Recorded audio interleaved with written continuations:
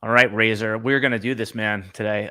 Was it what? How many fantasy football leagues do you typically play in a given season? Like at one time, are you sane and just do a couple, or do you just go bananas at times? I'm just curious. I'm kind of maybe an in-betweener. So you can define sane as maybe 6 or 7, and that's kind of the over-under every year that I'm at about 6.5. So I just don't think I can play anything under 5.5. So, if I want to go crazy, maybe I identify an eighth or ninth league. But I mean, I love it. It's a big part of my life in the fall, and I'm excited to be here in the spring talking about it.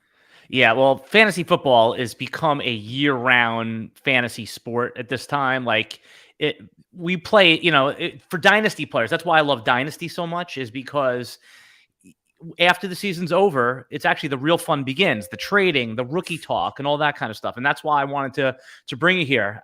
For those tuning in, we're going to do a mock draft today. I'm here with Brian Rosenthal, the Razor, from Beerlife Sports. By the way, what is Beerlife? How did you guys start that?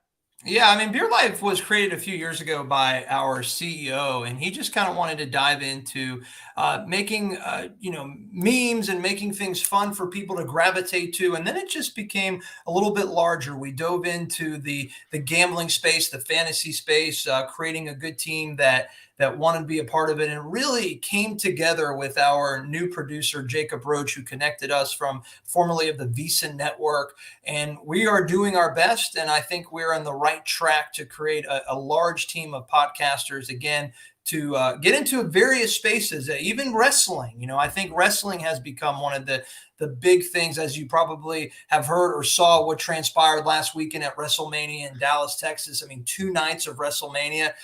It's just something that people gravitate to of all ages. So Beer Life Sports is on the right track. We have a great professional handicapper that's been with us for a year now, and that's where our subscribers really get into it with our company. So that's the track it takes, and you can follow it at beerlife.com.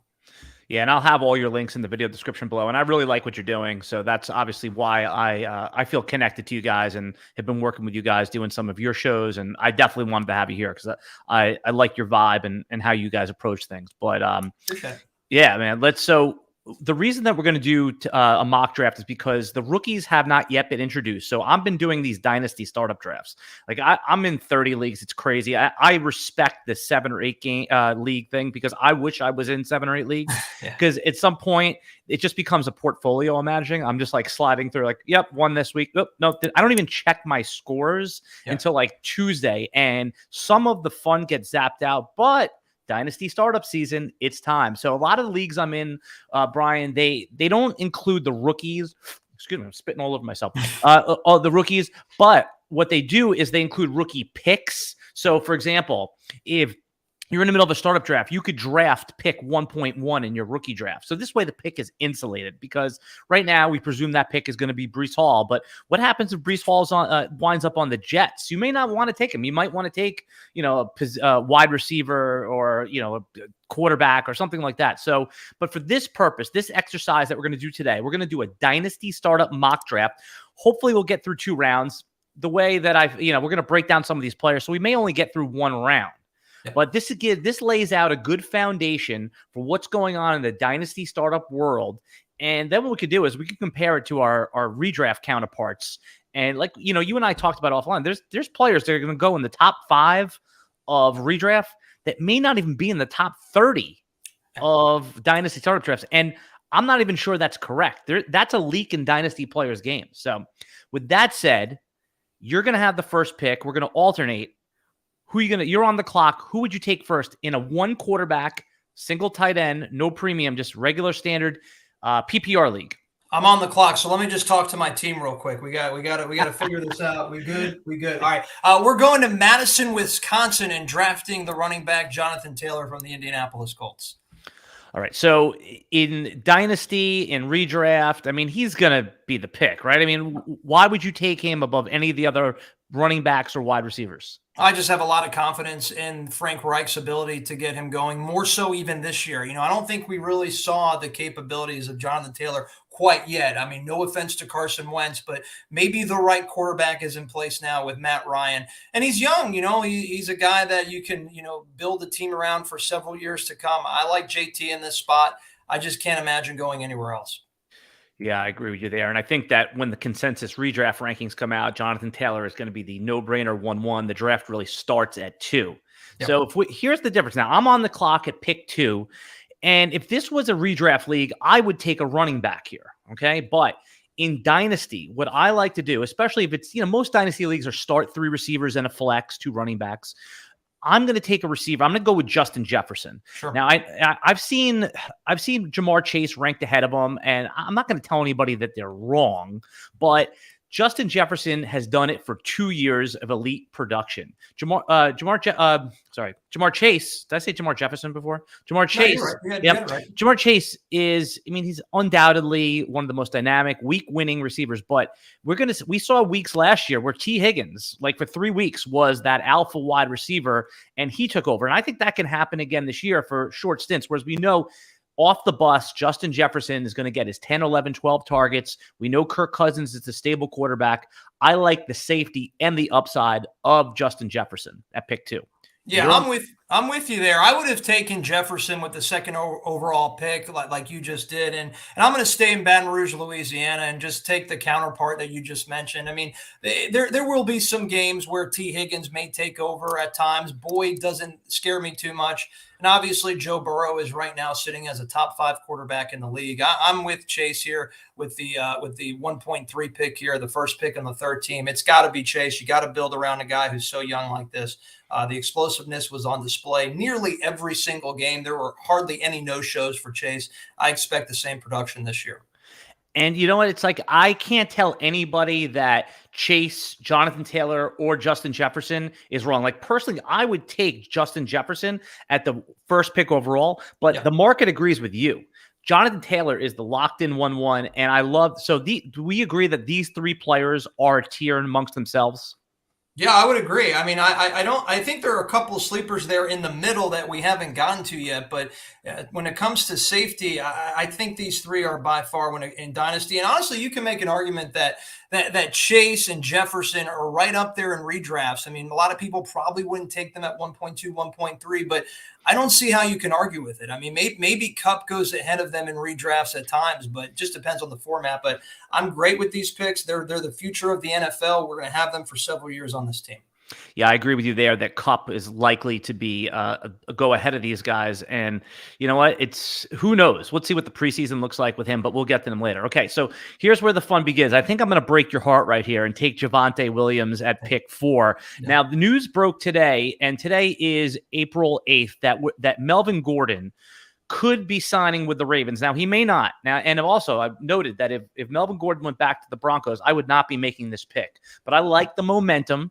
I've not been on Javonte or is the RB1 or the top pick in dynasty drafts, but you have to change your outlook once the circumstances change. And if he is the lead running back, 3-down running back, and I want you to talk a little bit about Javonte because I know you know this player intimately, that with Russell Wilson there, it's wheels up. And if someone took him at 1-1 in Dynasty, if he is the sole workhorse in this backfield, I wouldn't blame him. I love Javonte at pick 4. Yeah, I think the backfield is a little crowded and murky with Mel Gordon in there, but whether he stays this year, I think he'll eventually be out the door. And I think Denver is going to figure out that they need to keep this guy as a 3-down back, as you just alluded to. Javonte Williams is one of the most explosive running backs that I saw in the ACC. I reside in Chapel Hill, not a Tar Heel fan, but certainly watched Williams play a lot of football here in Chapel Hill. I think this guy was the right pick at 4 in our situation today. The future is incredible with Russell Wilson. You know, no offense to the Teddy Two Gloves and everyone else that played quarterback in Denver, but they have a great guy. They got a Wolfpacker and Russell Wilson, a pack full of Badgers. Of course, sometimes he claims he's from Wisconsin, but come on, he went to NC State for the first 2 years. Right. Great setup for Williams there. I like him over any of the next few running backs that are currently on the board. Right. So you're up at pick 5 in this draft. Now we're doing a Dynasty Startup Mock draft. I'm here with Brian the Razor Rosenthal. By the way, where'd you come up with that awesome name? I love it. I know it's because you're sharp, right? Razor is sharp. I'd like to say is sharp. So it's kind of a ripoff to where I was a competitive tennis player growing up, and that was one thing where I would sometimes go on the court and act like Razor Ramon, Scott Hall, who just recently passed away, and I would do some promo cuts and throw the toothpick, do all those nuances like Razor Ramon. So I was designated that name several years ago, and it stuck, and I think it's great. I love it. It's an honor to be kind of tagged with Scott Hall, one of my favorite professional wrestlers of all time. So that's how the name really started. And it works with the whole sharp angle of sports betting and all that stuff too. So it works. I love it. I'm up next, and Javonte Williams, you broke my heart a little bit there, Alan. I'm not going to lie, but I want to go running back here, and I'm not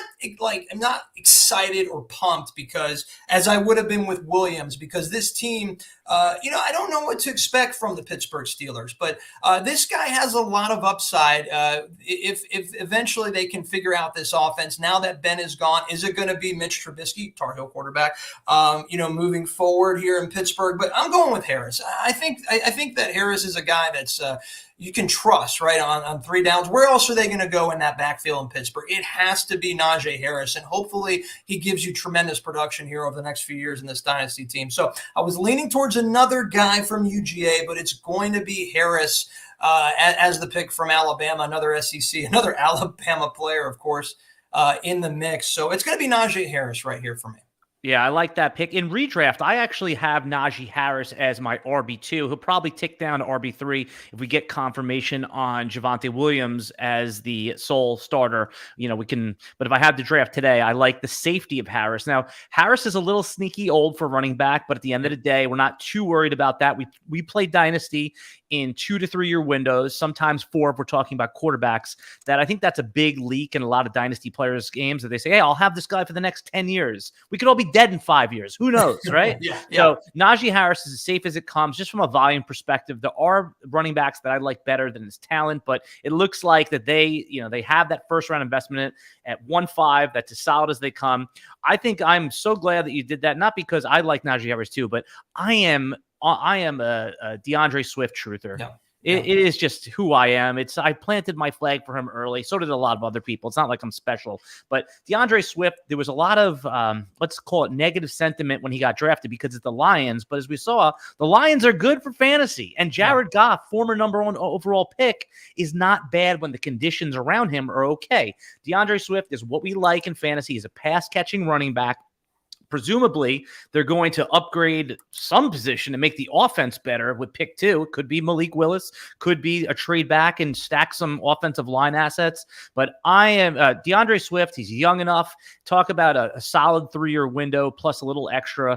DeAndre Swift at 1.6. That's where I'm going. You're up on the clock. That was the tough one for me. 50-50. You just the Detroit Lions, the organization itself just scares me. I feel like the only guy I've ever had confidence in a first round pick in the history of the Detroit Lions organization is definitely Megatron. So I stayed away there. I went a little conservative with the better franchise with Najee Harris, but I love the pick for you with Swift, and they should improve. I think this is a team, by the way, who covered the number better, almost as good as anybody last year, the Detroit Lions. So they know how to compete when it comes against the spread. I can tell you. It's funny you say that. There was a great saying going around that it was that what they say, great coaches win and legends cover. Right. That's right. Yeah. Yep.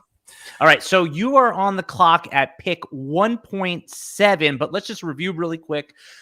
First pick was you took Jonathan Taylor. I took Justin Jefferson at the second pick. Third pick, no surprise, is Jamar Chase.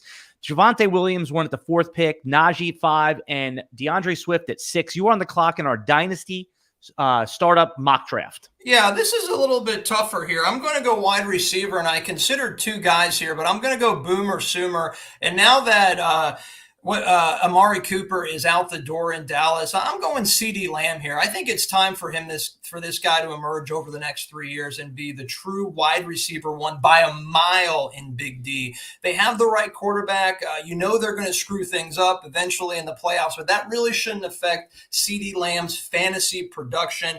Boomer Sooner, CD Lamb, my pick there, Alan.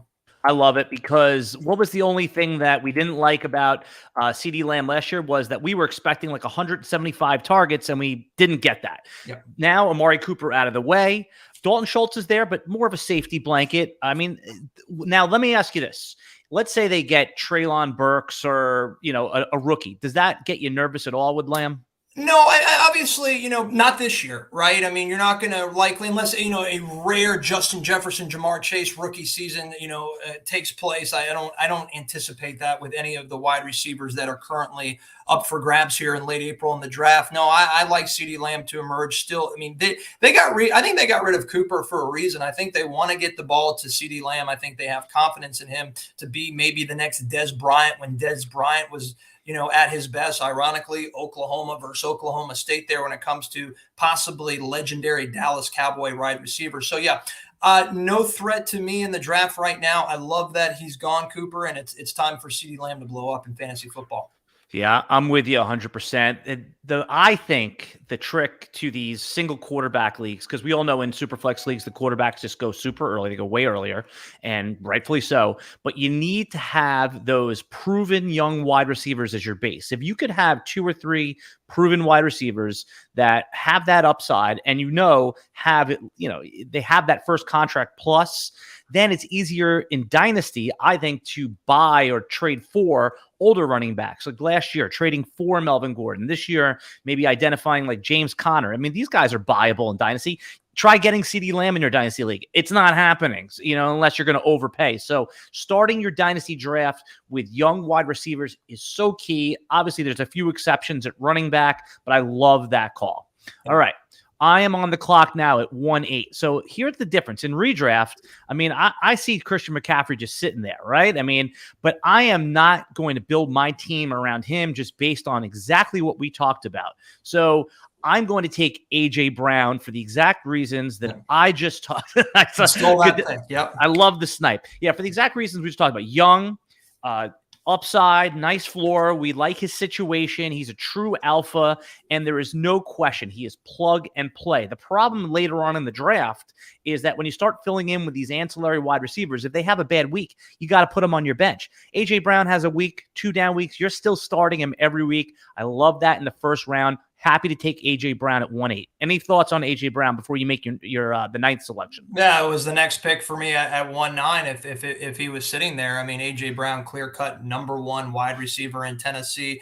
Tannehill doesn't scare me. I think A.J. Brown can still create magic with many quarterbacks, and I think Tannehill is right in the middle as far as best quarterbacks in the NFL. I think the length of A.J. Brown, the combination of his ability to get down the field, he can do it all. And I think it was a tough call for me to go Lamb or Brown. I just flipped a coin there. Felt a little more comfortable with Dak than I did with Tannehill, so I'm with you there. I mean, it's a great pick.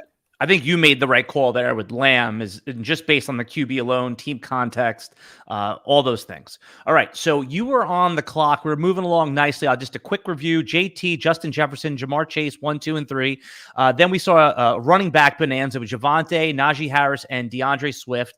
The 7 pick was CeeDee Lamb. I took A.J. Brown. Very happy with that at 8. You were on the clock at 9. Who are you taking in our Dynasty Startup Mock Draft? Yeah, so he's not a senior citizen, and he probably goes obviously higher in redraft. So I think I still have a solid over/under 2.5 years with this guy, who was the best wide receiver in football last year. And I'm going with Cooper Kupp, and I know he's not the guy that a lot of people want because of age, but he's not that old, and it's just the production's going to be there. I'm sorry. As long as he has a Matt Stafford or a better like quarterback in Los Angeles, the production's there. There were other guys out there that were younger. I'll give you a little reveal. I was looking at the Waddle House. Everybody likes the Waffle House, maybe more than the Waddle House. I'm not sure. No, I like Cooper Kupp over Waddle and a couple other guys that are right there sitting, at the end of the first round in Dynasty. I feel good about this pick at 1-9. Yeah, I mean, dynasty players are ageist, and we're treating Cooper Kupp like he's, going off to the old age home when he's only 20 years old. And Matt Stafford just signed an extension. He's going to be there for at least the next 4 years.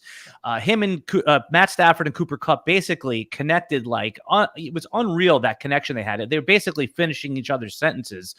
It was unbelievable. So I like the call there, Cooper Kupp, in an early dynasty startup draft. I got him at the end of the second round, Wow. and that again was insane. That's not happening anymore. He's going where you just picked him. Like in fact, I like that you were a little aggressive on him because dynasty players are ageist. He probably drops a little bit, but I'm with you. I would, if someone took him 1.2 in a redraft league next year, I have no problem with that. I have no problem with that. Now, again, he's going to probably regress, but regress to what, right? I mean, if he doesn't have an all-time, he had basically the all-time fantasy season for a wide receiver. Sure, maybe that won't happen again, but if it's 90% of that, let's go, right? Let's go. That's all I want. It's all you can ask. Even 80% of what you got last year is huge for Cooper Kupp in any type of format. I think obviously PPR will be much more helpful than standard, but give me Kupp here in this position. There are a couple guys that I like, but I cannot pull the trigger on them.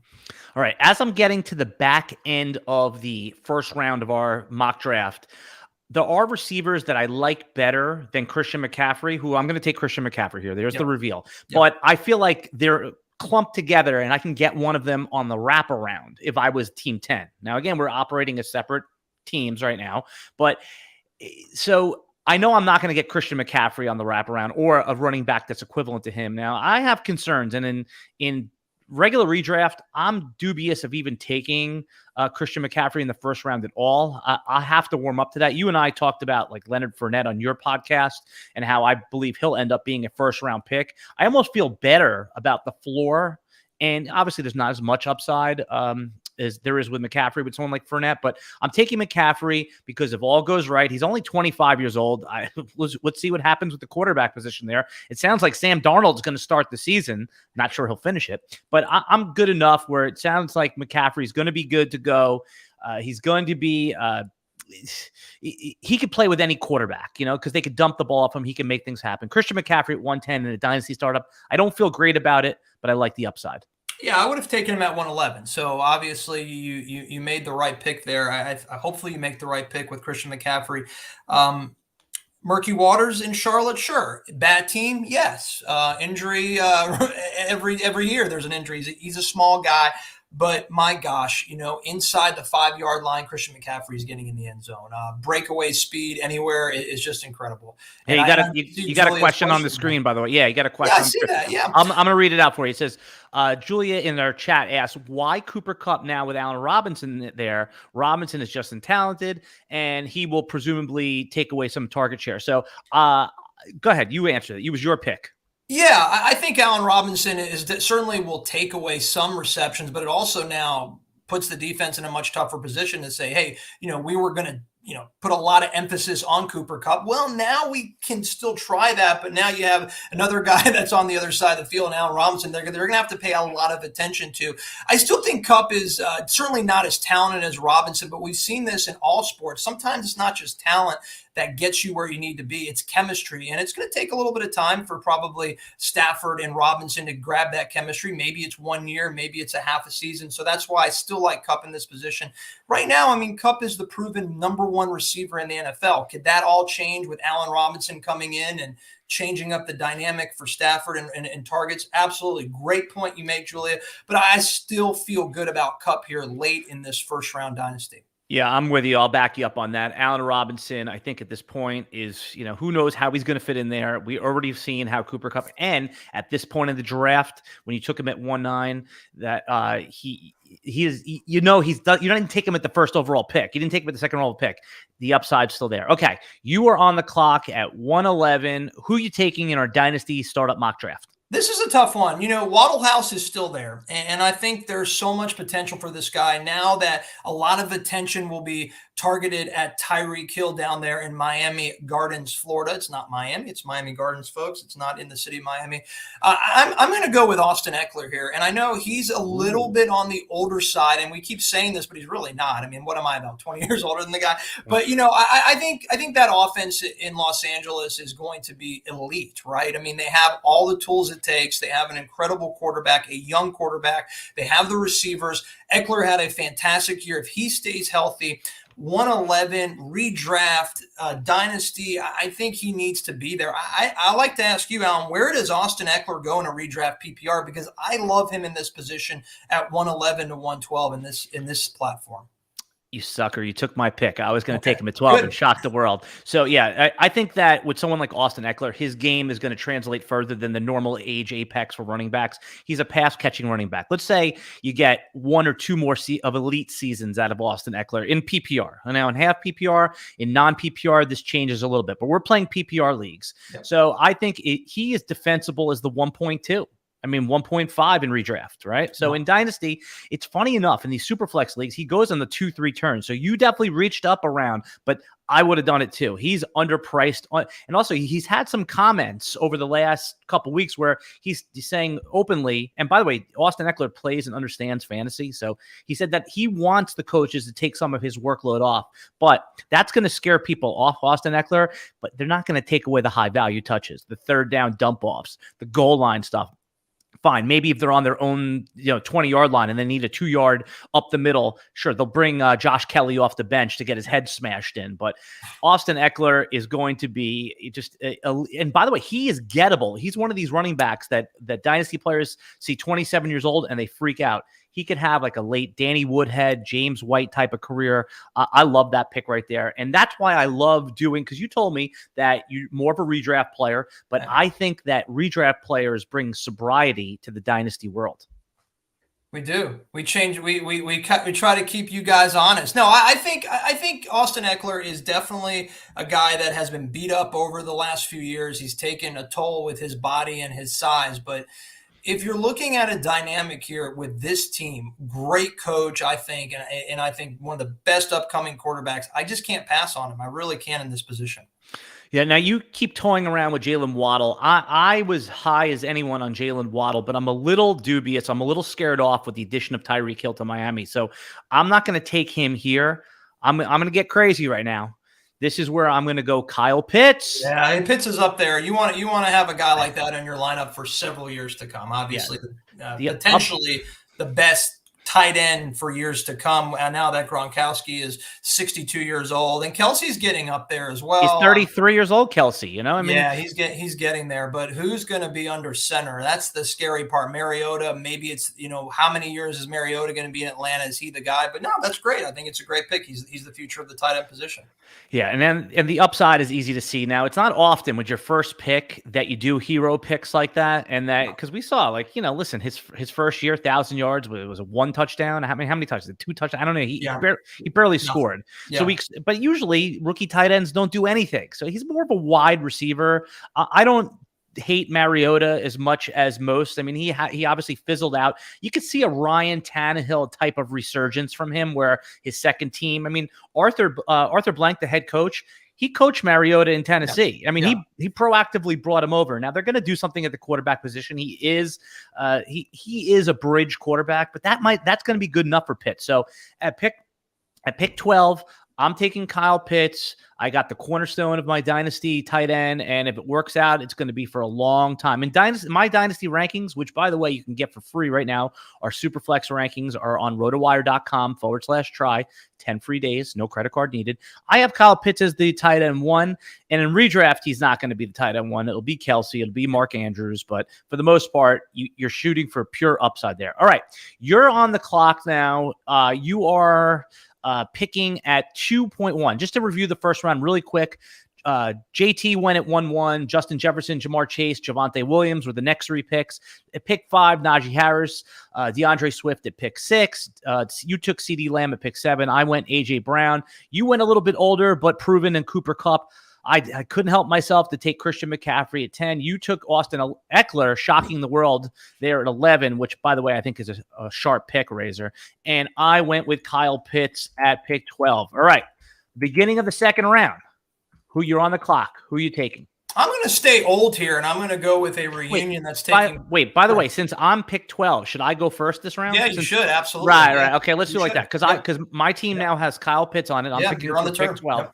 All right. So now I'm going to need a position player here. So I'm going to go with my theory that I can acquire older running backs later. I love Deebo Samuel here. Now, he's kind of like a sucker's pick in a sense because people don't think that he's going to get that rushing upside that he once did. But come on, Deebo Samuel is the next wide receiver that's going to get that $25 million a year, big contract. He's locked and loaded in. Trey Lance, hopefully he's a good quarterback. If not, they're stuck with him for a few years. I'm taking Deebo Samuel at 2.1 to pair with Kyle Pitts. Yeah, I think I stay out west. It was going to either be Deebo Samuel, but I go to the AFC West and I go to a Fresno State reunion in Los Wages, Nevada. Let's go with the probably the best wide receiver over the last 5 years in the league, and that's Davante Adams. Now, maybe not the best receiver for Dynasty for years to come, but small sample size here, 3 years. He's got to be up there in the top 5 if he puts anything together like he did over the last few years in Green Bay. I have confidence in the Carr-Adams connection. I'm not passing up on Davante Adams here. Yeah, I mean, this is where dynasty players fail because Davante Adams, first of all, his market's going to be depressed because of the perceived downgrade to Rodgers, and you know what it is. But Derek Carr, man, he's as competent as you get. I would say he's probably the 14th best real NFL quarterback, something like that. I mean, if he ends up in fantasy as QB 10 this year, wouldn't surprise me. Davante Adams' game seems like it'll translate. He can even become like a late career Larry Fitzgerald at the end. I mean, it just seems like Davante Adams, as you said, is one of those all-timers. I contemplated him there. I skipped on him because of the age and the unknown, but it's a really good pick there. All right. We are now at the 2.3, and I am on the clock. This is a player that I was staying away from here. We're getting into a little bit older now, but Stephon Diggs is his contract extension, and knowing that Josh Allen's going to be there for the next 4 years at least, that made me feel a lot better. And Stephon Diggs is one of these guys too that can beat you long. He can play underneath. The last season was a little bit down, but I expect to see Stephon Diggs that was a little bit more between what we saw in 2020 than 2021. So I'm happy to take him at 2.3. Yeah, that was my pick if you weren't going to take Stephon Diggs there. So I'm going to step away from the wide receiver position, and I'm going to go with another Oklahoma Sooner here. I know he has some injuries. He's on the somewhat older side, but there isn't anybody in the backfield in Southern Ohio that's going to mess with Joe Mixon. I'm going to go Joe Mixon from the Cincinnati Bengals in this spot. The upside's always there with Mixon. Let's see if he can stay healthy, and let's see if he can repeat what he did last year. I was just going to say, so where do you think he's going to go in redraft leagues? Do you think that he's a first-round pick at this point? I think he's in a 12-team league, PPR. I think Mixon's going to end up at about 111 to 2.2. It would be my guess for Mixon. I could be wrong. There's a lot to transpire between now and the average redraft league between August 1 and August 31. So sitting here today, Mixon maybe 111 to 2.3 if I had to guess. Redraft players and dynasty players, they hate Mixon. I like Mixon. See, I did a video when Mixon was blowing up last year. I produced a video, and we're talking, and the subject of the video was Joe Mixon, top 5 pick in 2022. And, he's done it all. Maybe the pass catching hasn't been there as much as we wanted it to, but we're talking about Joe Burrow 2 years removed from the injuries that he had. Now he has that. There's the passing game is a 2-player passing game. Sure, Tyler Boyd is kind of like the de facto tight end because there's no real tight end to speak of. I know they just signed. Who did they sign? They signed Hayden Hurst, right? Yeah. So that's somebody. I don't know. But Joe Mixon should be able to maybe tick up those receptions there. This is the type of pick that the winning players in the high stakes leagues take. The boring pick that just produces week in and week out. So I really like this in Dynasty. I am on the clock now at 2.5. Okay, let me take a look here at our list. This is where decisions need to be made. I'm looking at the running back pool. And of course, you know what? This is a plant your flag pick. Man. it feels like the momentum has not been going well for him. But I cannot quit you, Antonio Gibson. I love you. I love that. I love his upside. Now, he disappointed for fantasy last year. And if we could just, with JD McKissic coming back to the team. Now, originally, for those who have been living under a rock, they know that that JD McKissic kind of capped Antonio Gibson's upside last year from a pass catching perspective. He was signed by the Bills almost, and then came back to Washington. So I still think that that the running back pool dries up significantly when you take age into account. He's young enough. Antonio Gibson, I like him here. There's players that probably in redraft I'd take ahead of him, but age considered, Antonio Gibson is mine at the 2.5. You're on the clock at 2.6. Yeah, that's a great pick there. And I think Antonio Gibson has that youth still around there, and hopefully the offense will be figured out in the nation's capital. So, I'm sitting here and I'm looking at an opportunity to, maybe change the dynamic and look at the tight end position, because, I think that maybe another Oklahoma Sooner here. I love Mark Andrews, and I think he has 3 more years left of being the top guy as far as production from a receiving standpoint in Baltimore. Really not too many wide receiver threats in Baltimore to take away from his production. Hollywood Brown, of course, is going to have some amazing games, but I think L-Jax is in love with Mark Andrews. I'm sort of in love with the guy. I think I'm in love with Oklahoma because I have 3 Sooners now on my team. Give me Mark Andrews in this spot. Let me bow down and kiss your feet, Razor, because I love this pick. Having an elite tight end is very important, especially in Dynasty, because it's so hard to acquire these guys. I traded for Darren Waller in one of my important Dynasty leagues, and it cost me an arm and a leg. Now, obviously, that bet did not pay off. Darren Waller disappointed for fantasy. Mark Andrews, we talked about guys that can complete each other's sentences, has a special connection with Lamar Jackson. It fits well with his game. Mark Andrews is a beast. And you talked about 3 years. I think this is, again, I never like to talk about Dynasty in more than 2 to 3 year windows. This is a 5-year player because he could settle into a red zone threat. And, they have good wide receivers. Everyone likes Rashad Bateman. Everyone likes Hollywood Brown. But Mark Andrews is the alpha there. He's one of the few tight ends that you could pencil in for 120-plus targets. That's a great call there. And sometimes you like the value better on the board with the position players, but then you're stuck just throwing the dice on some of these scrub tight ends. And we all go, oh, I love Alberto. What a great tight end. And then you put him in and he's got 2 catches for 36 yards. You're not even sure if you could start him the next week. So sharp pick by you. Passing over Travis Kelce because the age obviously there. All right. I love that pick. All right. So I'm on the clock here at 2.7? Sounds right. Yep. Yeah. Oh, man. Starting to tighten up a little bit here. Okay. So this is the point of a dynasty draft where I never advocate for taking quarterbacks early. The replacement value is too high later on. But this is the part in dynasty where you keep them forever that I would consider it. Now, I'm not going to do it. But this is the mid-second round. It's like, oh, man, because you don't want to be stuck in QB purgatory with, Derek Carr or Ryan Tannehill. So you have to, but I'm going to pass here. There's too many good upside wide receivers. And I am going to take T. Higgins. Ooh, wow. Okay. T. Higgins. Now, there's some, this would have been the Jalen Waddle spot for me, but I just don't like he's not going to get those 10 targets a game with Tyreek Hill in town, or at least I'm projecting him not to. So T. Higgins is my guy right here. Showed everything a proper alpha does. I think 1,000 yards and, 7 touchdowns is his floor. He's got a 1,400er in him.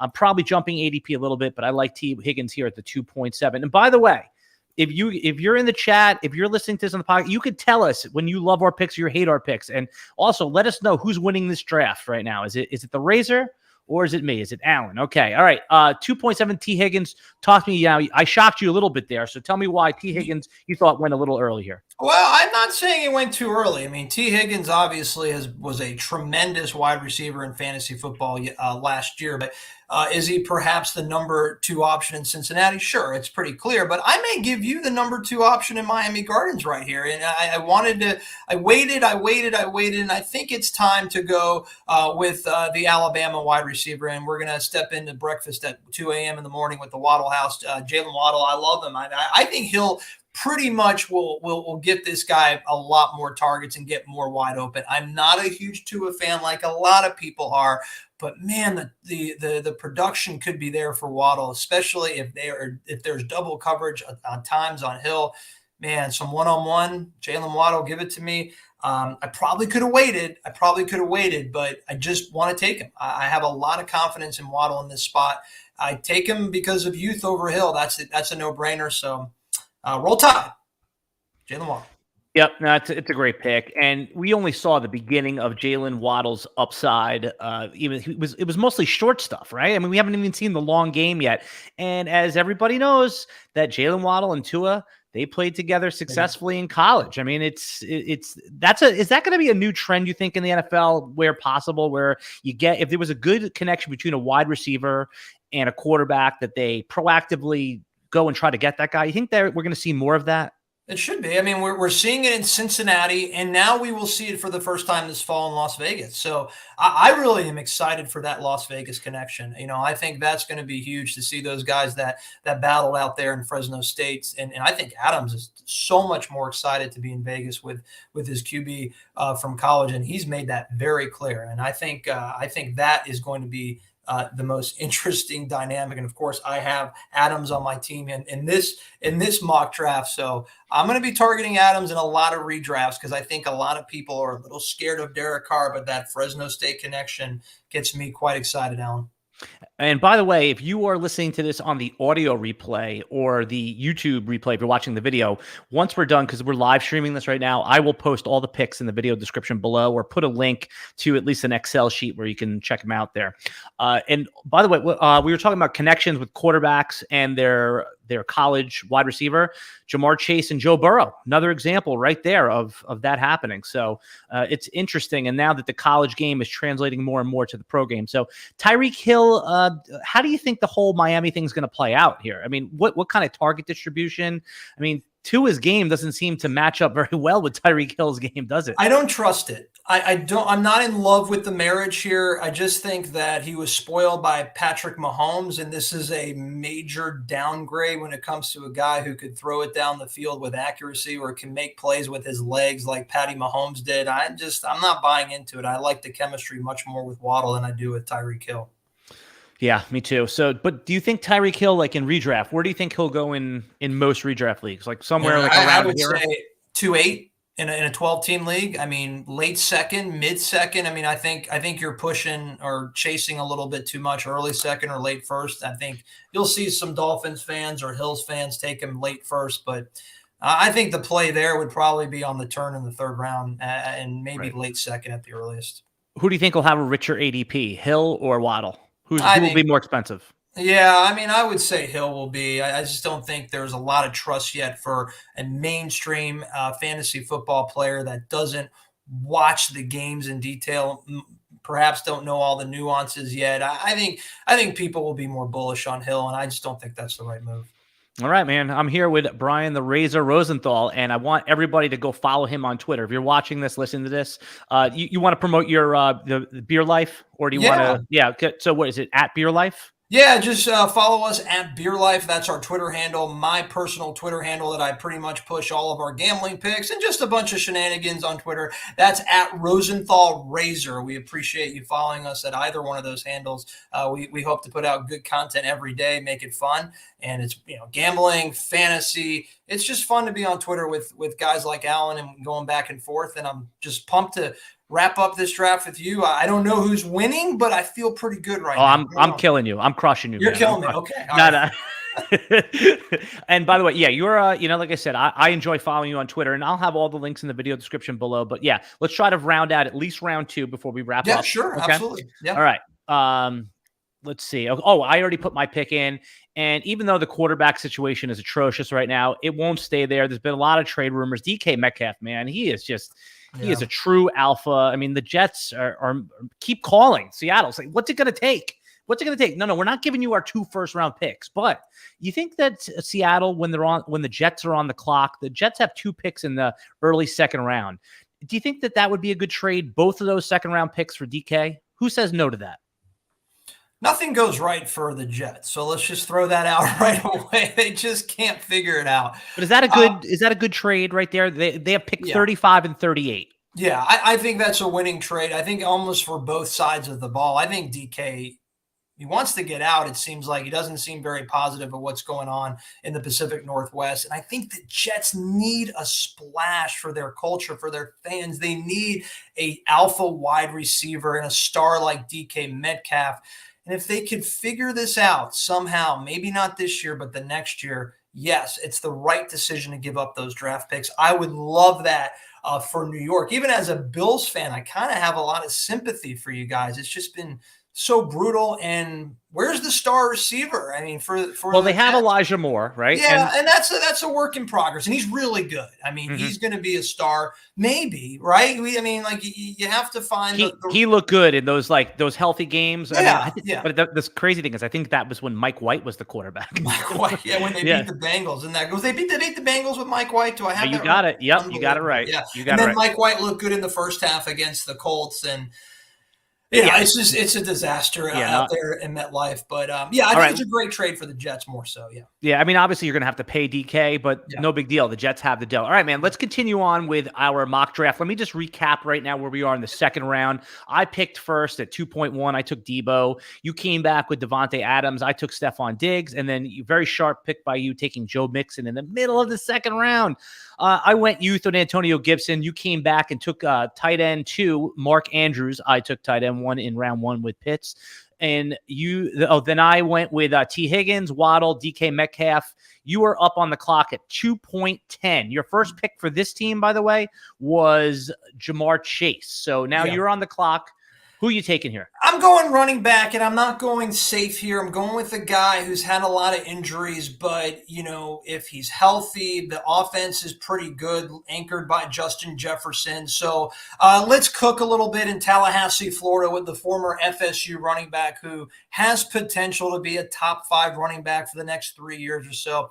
I'm not going to pass on Dal Cook here. I really have a lot of faith in Dalvin Cook, and just stay healthy. That's all I ask on this team for the next 3 years. You can miss a couple games here and there, but clear cut. I know the former, President Alexander Madison is. I don't know if he's still there in Minnesota, but I mean, this guy has all the potential in the world. I even like him over King Henry as far as the production goes and the health goes for the several years to come.